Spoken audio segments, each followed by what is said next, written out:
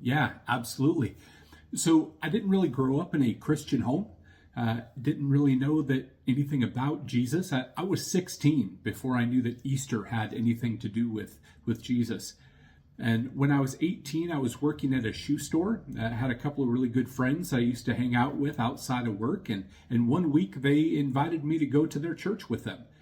And so I went with them and I heard a sermon about Jesus walking on water, and I was absolutely blown away.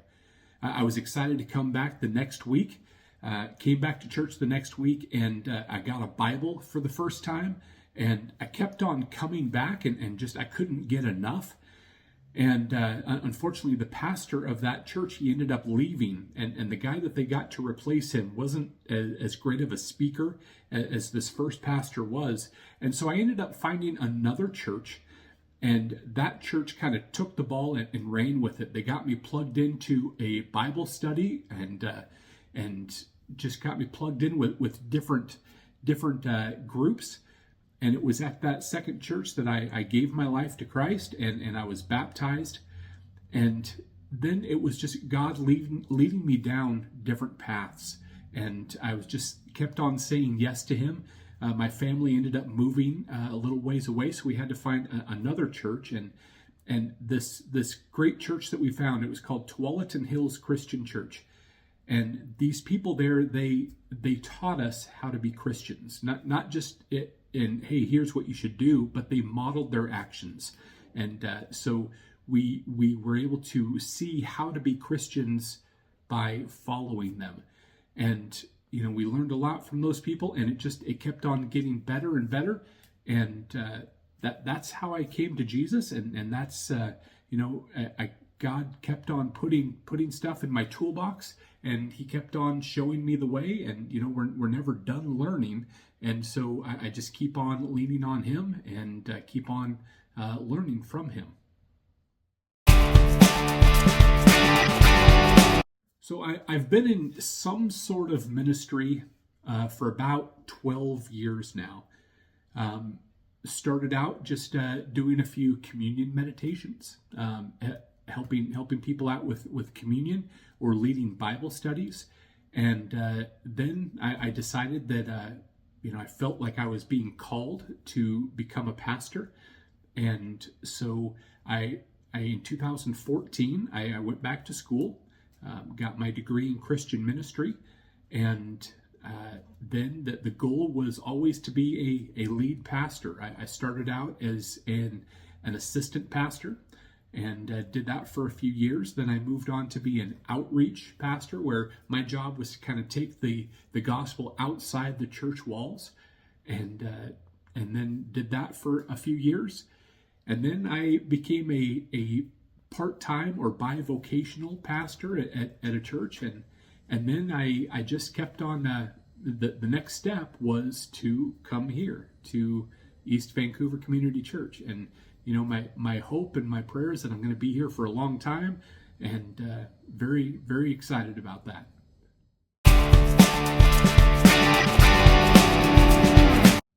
Oh gosh, no.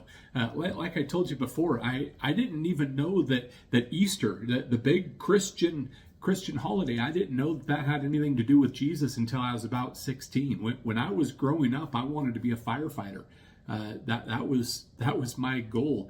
When I graduated from high school, my goal was to be a pyrotechnician. I wanted to be the guy that lit off all the fireworks shows and did all the big fire stunts and movies and everything. That's what I wanted to do. The idea of becoming a pastor, I didn't feel like I was being called to do that until I was in my mid-30s. That's when I figured out what I wanted to do when I grew up.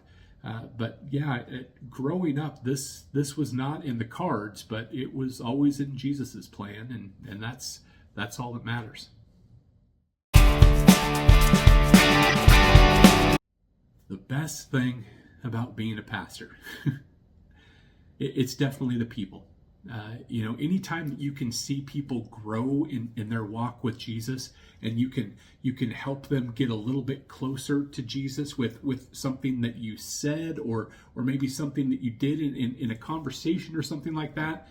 Anytime that you can help people That's the best part of being a pastor.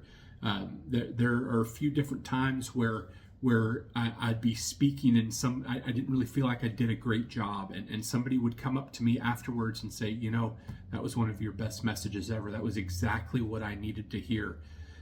God told me what he wanted me to say that week, and even though I didn't think it was great, I was doing what God wanted me to do, saying what God wanted me to say, and seeing the impact that makes in people.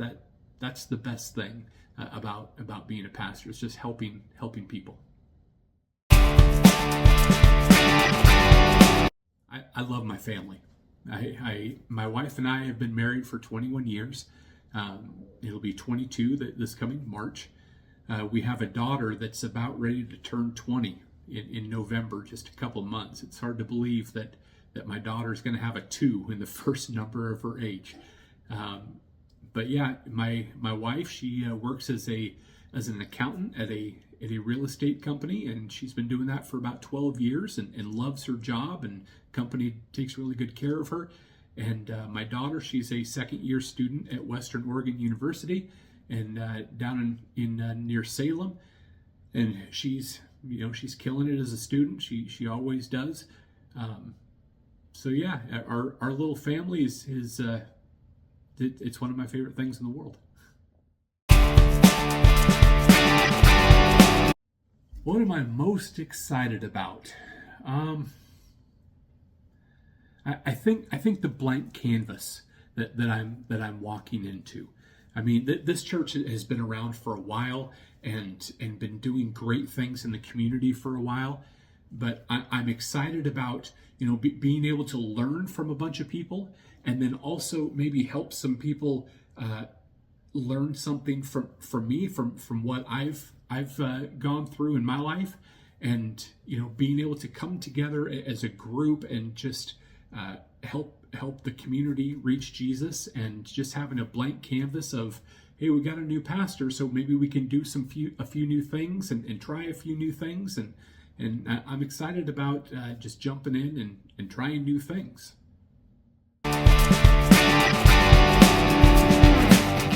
So that's 2 different questions for me. My favorite verse in the Bible is Romans 5:1. We are justified by our faith. Technically, it's therefore we are justified by our faith. But if you look at my favorite book in the Bible, it's actually from Ephesians. I love every part of Ephesians. Ephesians 2 is, Ephesians 2:1-10. That is the gospel right there, and the rest of Ephesians is just chocked full of how we should conduct ourselves as husbands and wives and fathers and mothers and as Christians, and it's just a great book. I mean, the whole Bible is amazing. You can pick and choose from different parts of the Bible that any time you open it up, there's some great stuff there. But Romans 5:1 and the book of Ephesians, those would be my favorite. Hawaiian pizza, that is my favorite. Actually, let me be specific. Day-old Hawaiian pizza. To me, there is nothing better than eating leftover Hawaiian pizza the next morning that's either room temperature or it's cold. That is great stuff. And honestly, it doesn't really matter where it came from. All pizza is good pizza in my mind, but day-old Hawaiian pizza, that's the best.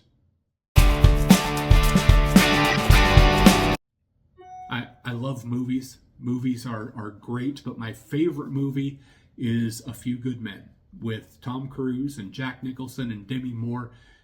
Fantastic movie. Anytime that I see that on TV, I'll stop and watch it, and it's definitely my favorite. The ending courtroom scene where Jack Nicholson gives the whole "you can't handle the truth," that is an amazing scene and great speech, and I love every part of it. My favorite author, So full disclosure, I'm not really a big reader, but I do have a few authors that I like, and one of them is a guy named Bob Goff. If you haven't ever heard of him, he basically writes modern day parables. He'll tell you about something that happened in his life, and then he'll twist it in a way where it can relate to a passage in Scripture. And the way he writes, it's just like he's telling a story. And they are just absolutely fantastic. He's got 4 or 5 books now. And if you haven't read any of Bob Goff's stuff, try Love Does. That is one of my favorite books. It is amazing.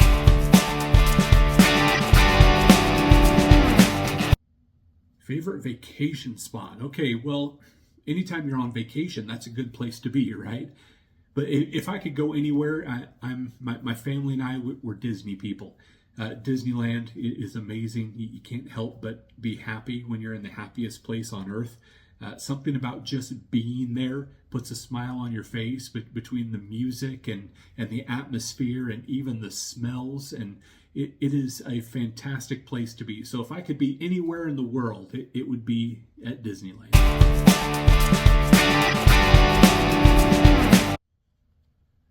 Oh, favorite subject. Okay,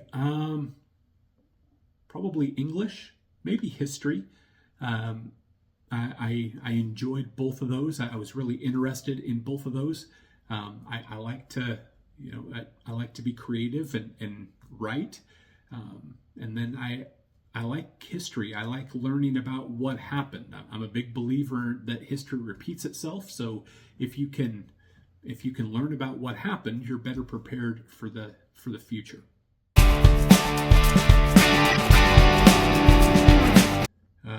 Least favorite is definitely, well, it's a toss-up. It's either science or math.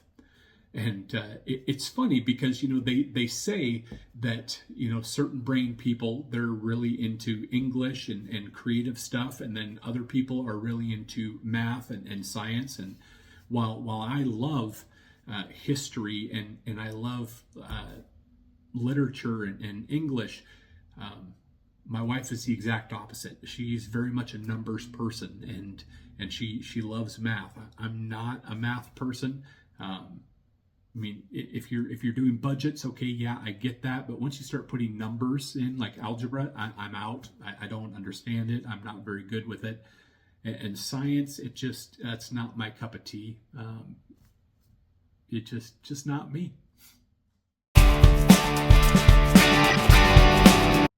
So I have a few different hobbies.